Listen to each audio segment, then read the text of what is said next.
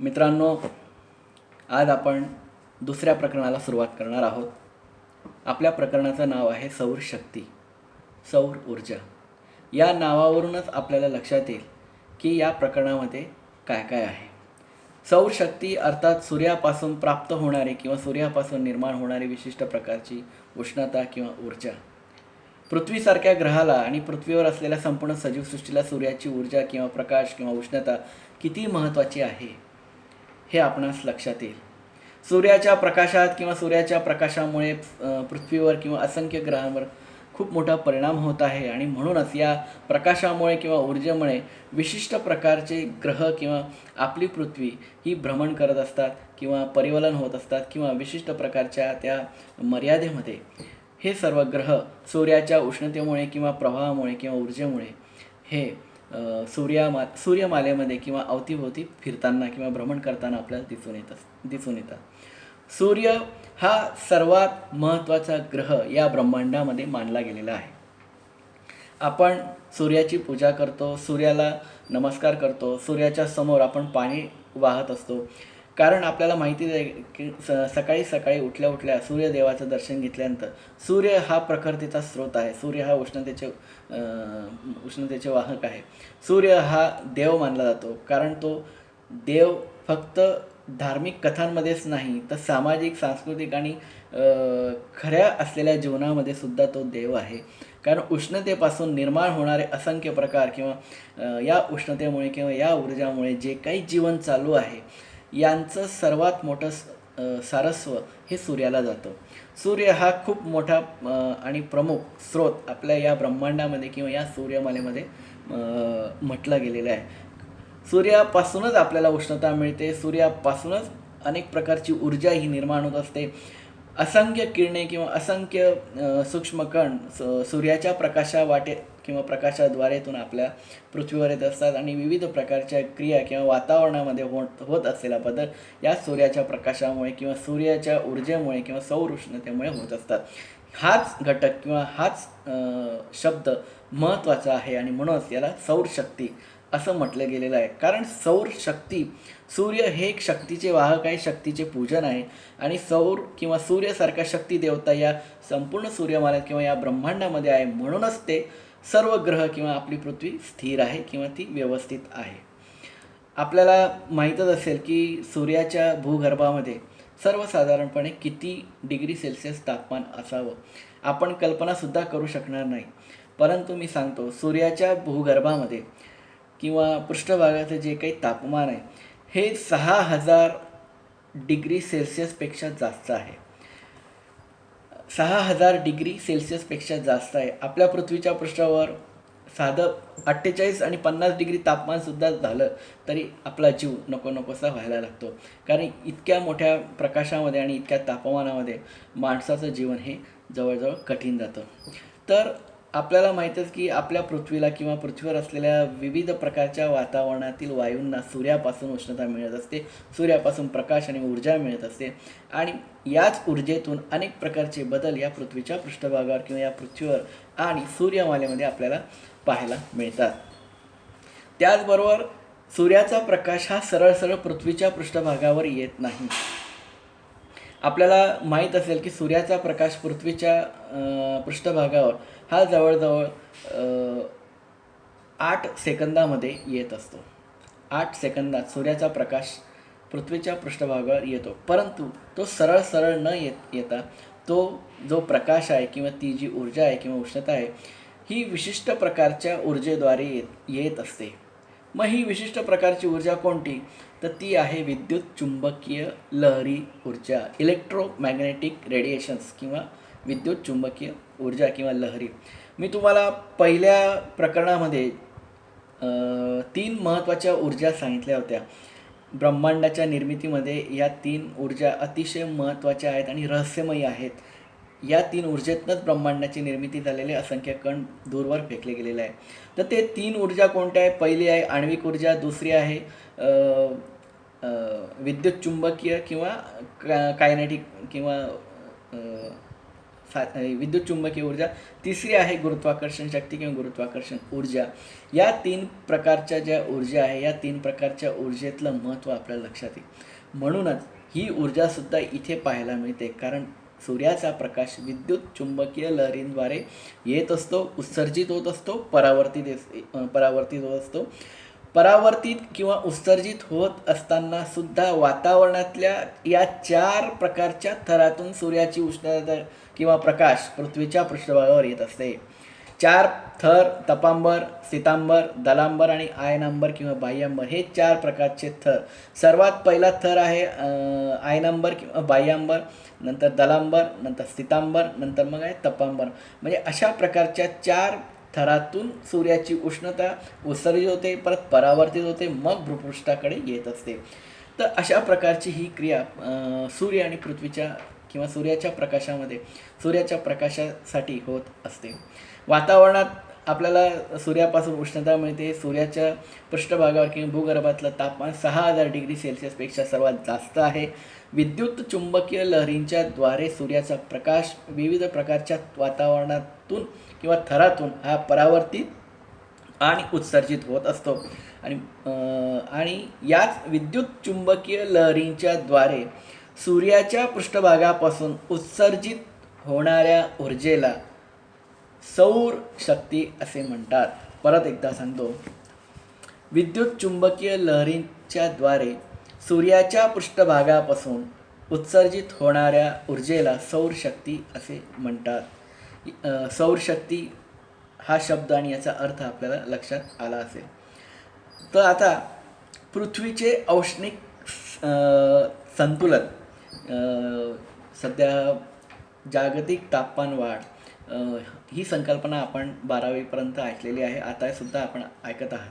Global warming अर्थात जागतिक तापमान वाढीचा संबंध पृथ्वीच्या औष्णिक संतुलनाशी संबंधित आहे. पृथ्वीचं औष्णिक संतुलन म्हणजे एक प्रकारचं समांतर असलेलं एक तापमान जे पृथ्वीचं सूर्याच्या उष्णतेमुळे तापत असतं किंवा एक ऊर्जा पृथ्वीच्या क्षमतेपेक्षा ती बाहेर निघत असते आणि म्हणून याला औष्णिक संतुलन किंवा औष्णिक तापमान असं म्हटलं गेलेलं आहे. परंतु हे पृथ्वीचं औष्णिक तापमान किंवा ही उष्णता सर्वात जास्त बाहेर उत्सर्जित होत असल्यामुळे परावर्तित कमी होत आहे आणि उत्सर्जित जास्त होत असल्यामुळे पृथ्वीवर अचानकपणे अनेक प्रकारचे बदल होत आहेत आणि काही वेळेला हे बदल अस्थिर झालेले आहेत. अस्थिर झाल्यामुळे अनेक प्रकारच्या नैसर्गिक घटना पृथ्वीवर घडत आहेत. या पृथ्वीच्या औष्णिक संतुलनातल्या बदलामुळे काही ठिकाणचा बर्फ वितळतो आहे, काही ठिकाणी उष्णता सर्वात जास्त आहे, काही ठिकाणी सर्वात जास्त पाऊस पडत आहे. म्हणजे आमूलाग्र आणि असे अचानक शीघ्र हालचाली या पृथ्वीवर आणि पृथ्वीच्या भूपृष्ठावर होत आहे. आणि पृथ्वीच्या औष्णिक संतुलनामुळेच पृथ्वीचे जे तापमान आहे हे काही वेळेला संतुलित असते तर काही वेळेला संतुलित नसते. या औष्णिक संतुलनामुळे किंवा औष्णिक किंवा उष्णतेच्या वाहकामुळे किंवा ऊर्जेमुळे पृथ्वी ही अस्थिर आणि असंतुलित होत जात आहे. परंतु काही वेळेला सूर्याची उष्णता ही परावर्तित आणि उत्सर्जित होत असल्यामुळे काही ठिकाणी पृथ्वीवर तापमान हे संतुलित असते, स्थिर असते. कारण सूर्याकडून पृथ्वीला जेवढी उष्णता प्राप्त होत असते तेवढीच उष्णता ही पृथ्वीकडून अवकाशात किंवा या आकाशामध्ये उत्सर्जित केली जाते आणि म्हणूनच वार्षिक सरासरी तापमान वाढ होत नाही किंवा ती कमीही होत नाही. काही वेळेला वाढते, काही वेळेला वाढत नाही. जर ही प्रक्रिया जर स्थिर राहिली तर पृथ्वीवर होणाऱ्या ज्या काही शीघ्र हालचाली किंवा क्रिया आहेत या कुठेतरी थांबतील.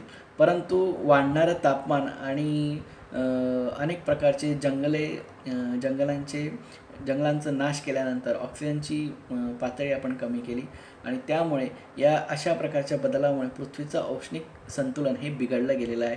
म्हणून जागतिक तापमान वाढीची संकल्पना उदयास आलेली आपल्याला दिसून येते. सूर्यापासून मिळणारी ही उष्णता पृथ्वीवर विद्युत चुंबकीय लहरींच्या द्वारे आपल्याला प्राप्त होत असते आणि म्हणून या घटकाला किंवा या संकल्पनेला सौरशक्ती असे म्हणतात. वातावरणात प्रवेश करण्यापूर्वी काही ऊर्जा अवकाशात परावर्तित केली जाते किंवा ती उत्सर्जित केली जाते. परंतु काही उष्णता जी गेलेली असते ही उत्सर्जित झालेली ऊर्जा काही वेळेला एका सूक्ष्म किंवा लघु लहरींच्याद्वारे हळूहळू वर अवकाशामध्ये जात असते. म्हणजे वातावरणाच्या सर्वात वरच्या थरामध्ये. पृथ्वीचा जो काही पृष्ठभाग आहे तो वातावरण तापवण्यासाठी किंवा सौरशक्तीच्या विविध प्रकारच्या परिणामांमुळे होत असतो असं नाही. एकूण सौरशक्तींपैकी अवकाशात परावर्तित होणाऱ्या काही घटकाला किंवा त्या ऊर्जेला पृथ्वीचा अल्बेडो असे म्हणतात. म्हणजे जी काही 100% सौरशक्ती आहे, 100% सौरशक्तीपैकी ठराविक सौरशक्तीचा प्रकाश किंवा जो भाग किंवा उष्णता किंवा ऊर्जा ही अवकाशात परावर्तित होऊन त्याच्यातलं ठराविक ऊर्जा किंवा घटक या प्रक्रियेला सौरशक्तीला किंवा याचा सौरशक्तीच्या परिणामांमुळे किंवा प्रभावामुळे पृथ्वीचा अल्बेडो असे म्हणतात.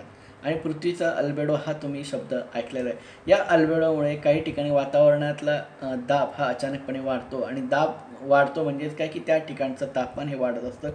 तापमान हे उष्णतेमुळे आणि ऊर्जेमुळे वाढत असतं आणि म्हणूनच त्या ठिकाणी असलेल्या समुद्रात किंवा विविध प्रकारच्या किनारी भागात असंख्य बदल आपल्याला जाणवताना दिसतात.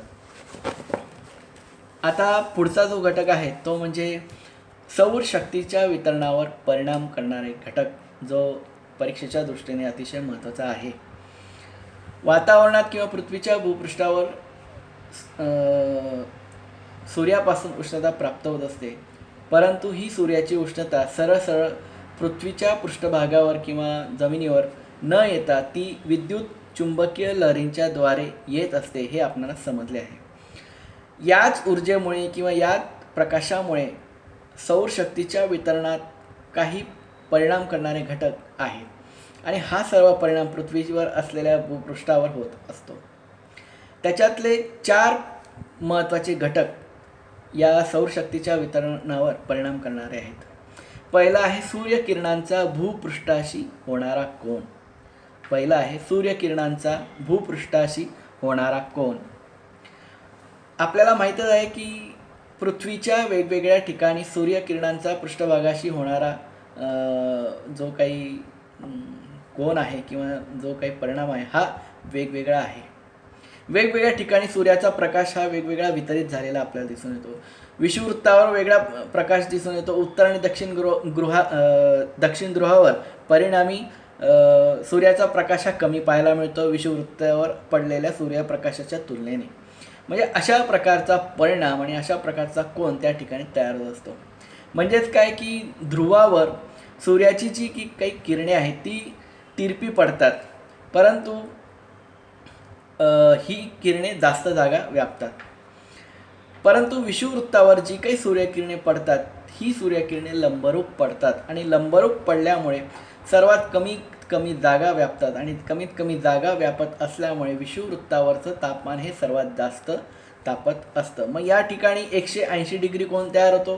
ध्रुवावर जी काही लंबरूप जी तिरपे किरणे पडतात त्या तिरपे किरणांमुळे तिथला जो सूर्याशी होणारा जो कोन आहे तो 360 डिग्री कोन आहे. अशा प्रकारचा कोन त्या ठिकाणी तयार होतो आणि म्हणूनच भूपृष्ठावर सूर्याचा प्रकाश हा असमान वितरित झालेला पाहायला मिळेल.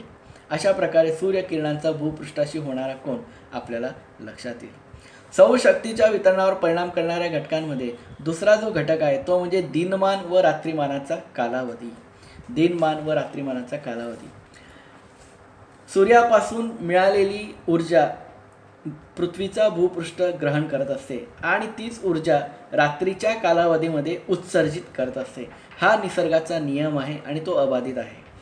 दिनमान मोठा असेल अर्थात दिवस जर मोठा असेल तर पृथ्वीला मिळालेल्या उष्णतेचे उत्सर्जन रात्रीच्या कमी कालावधीमुळे कमी प्रमाणात होते. परंतु उन्हाळ्यात दिवस मोठे असल्यामुळे हवेचे तापमान जास्त असते. या उलट हिवाळ्यात दिवस लहान असल्यामुळे दिवसा भूपृष्ठाकडून सौरशक्तीचे शोषण कमी कालावधीमुळे होत असते, कमी होत असते. परंतु रात्रिमानाचा कालावधी मोठा असल्यामुळे उष्णतेचे उत्सर्जन अधिक प्रमाणामध्ये होऊन हवेचे तापमान कमी होत जात असते. दिनमान व रात्रिमानाच्या कालावधीमध्ये सूर्यापासून जी काही मिळालेली उष्णता असते ही रात्रीच्या कालावधीमध्ये उत्सर्जित होताना आपल्याला दिसेल. फक्त उन्हाळ्यात आणि हिवाळ्यामध्ये याचा बदल आपल्याला दिसून येईल. उन्हाळ्यामध्ये दिवस किंवा विषुववृत्त व दिवसाचा जो कालावधी आहे हा सर्वात मोठा असल्यामुळे त्या ठिकाणी हवेचे तापमान जास्त असते. परिणामी हिवाळ्यामध्ये दिवस किंवा दिनमान हे लहान असल्यामुळे तापमान सर्वात कमी असते आणि या तापमान जास्त आणि कमी असल्यामुळे या परिणामांचा प्रभाव पृथ्वीच्या भूपृष्ठावर आपल्याला जाणवताना दिसेल. तिसरा महत्त्वाचा घटक जो सौरशक्तीच्या वितरणावर परिणाम करतो तो म्हणजे पृथ्वी व सूर्य यांच्यातील अंतर. पृथ्वी व सूर्य यांच्यातील अंतर आपण मागच्या व्हिडिओ लेक्चरमध्ये आपण घेतलेलं होतं की जेव्हा पृथ्वी सूर्याच्या जवळ येते तेव्हा पृथ्वी आणि सूर्याचं जे काही अंतर आहे ते 14,71,00,000 आहे आणि पृथ्वी हळूहळू सूर्यापासून लांब जात जाते तेव्हा तिचं अंतर होतं 15,26,00,000 किलोमीटर. अशा प्रकारचं पृथ्वी आणि सूर्य यांच्यामधील अंतर आपल्याला लक्षात येईल. हे अंतर कमी किंवा जास्त होण्याचा कालावधी किंवा याची जी प्रक्रिया आहे ही पृथ्वीच्या परिभ्रमण अवस्थेमध्ये होत असते. परिभ्रमण हे 365 दिवस होत असतं.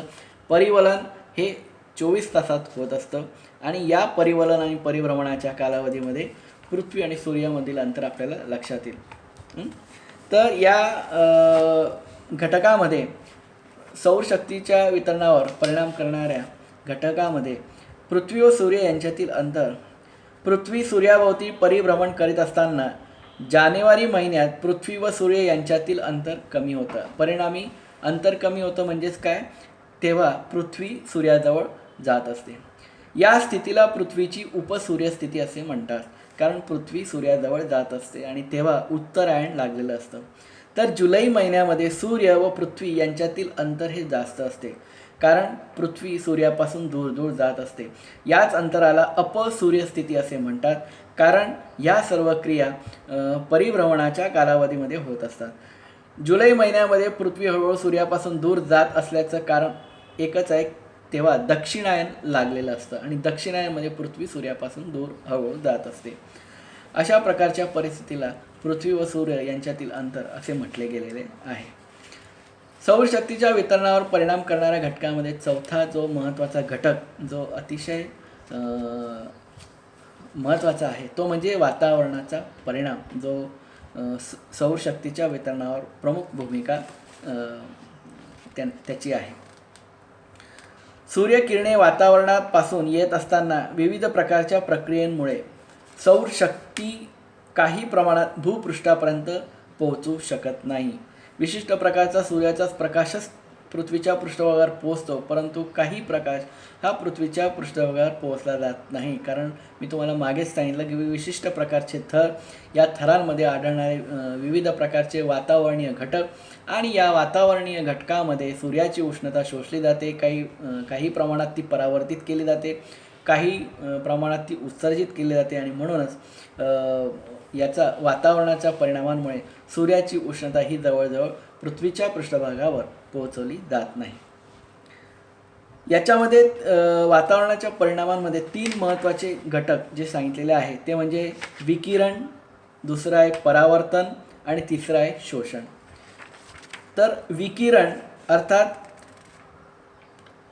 सूर्याचा प्रकाश किंवा सूर्यकिरणे वातावरणातून भूपृष्ठाकडे येत असताना वातावरणातील जे काही धूलिकण आहेत ते उष्णता विकरित करत असतात म्हणजे ती उष्णता उत्सर्जित करत असतात. यात बरीचशी सौरशक्ती खर्च होते आणि या उत्सर्जित ऊर्जा किंवा उष्णता केल्यामुळे आकाशाचा रंग हा निळा होत असतो. आकाशाचा निळा रंग का होतो, कारण वातावरणातले जे काही धूलिकण आहेत हे धूलिकण सूर्याची उष्णता बऱ्याच प्रमाणामध्ये उत्सर्जित करत असतात आणि परिणामी या ठिकाणी सौरशक्ती खर्च होते आणि म्हणूनच आकाशातील रंग हा किंवा ढगांचा रंग हा निळा होत असतो.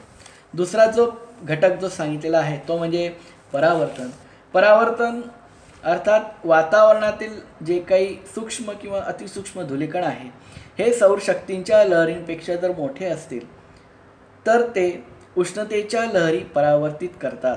म्हणजे जी काही उष्णता आहे किंवा जो काही प्रकाश सूर्याचा पृथ्वीच्या पृष्ठभागाकडे येत असतो, तो प्रकाश हे धूलिकण, मग ते सूक्ष्म किंवा अतिसूक्ष्म असतील, हे धूलिकण परावर्तित करतात आणि यामुळे या प्रक्रियेत सौरशक्तीची काही ऊर्जा किंवा काही प्रमाणामध्ये उष्णता ही खर्च होत असते. तिसरा जो महत्त्वाचा घटक आहे तो म्हणजे शोषण किंवा शोषून घेणे. सूर्याची जी किरणे वातावरणातून थेट पृथ्वीच्या भूपृष्ठावर वेगवेगळ्या वातावरणातल्या थरातून किंवा आवरणातून किंवा विभागातून येत असताना वातावरणातले विविध प्रकारचे थर किंवा घटक उष्णता शोषून घेत असतात. मग धूलिकण असतील, विविध प्रकारचे वायू असतील, ओझोन वायू असेल, हे सर्व घटक वातावरणातली उष्णता ही बऱ्याच प्रमाणामध्ये शोषून घेतात. काही कण किंवा काही उष्णता ही वातावरणाच्या वरच्या थरात राहते, तो शोषलेली उष्णता परावर्तित होऊन काही प्रमाणामध्ये भूपृष्ठावर येत असते. ऑक्सिजन, ओझोन वायू, हवेत तरंगणारे धूलिकण हे बऱ्याच प्रमाणामध्ये उष्णता शोषून घेत असतात आणि म्हणूनच शोषण ही क्रिया वातावरणातली सर्वात महत्त्वाची क्रिया आहे. अशा प्रकारे सौरशक्तीच्या वितरणावर परिणाम करणाऱ्या घटकांमध्ये 4 प्रमुख घटक जे सूर्यकिरणांचा भूपृष्ठांशी होणारा कोन, दिनमान व रात्रिमानांचा कालावधी, पृथ्वी व सूर्य यांच्यामधील अंतर आणि वातावरणाचा परिणाम व वातावरणाच्या परिणामामध्ये विकिरण, परावर्तन आणि शोषण ह्या 3 प्रमुख क्रिया या ठिकाणी आपल्याला लक्षात येतील. याच्यानंतरचा जो भाग आहे तो म्हणजे तापमानाचे वितरण, हे आपण पुढच्या तासाला घेऊया.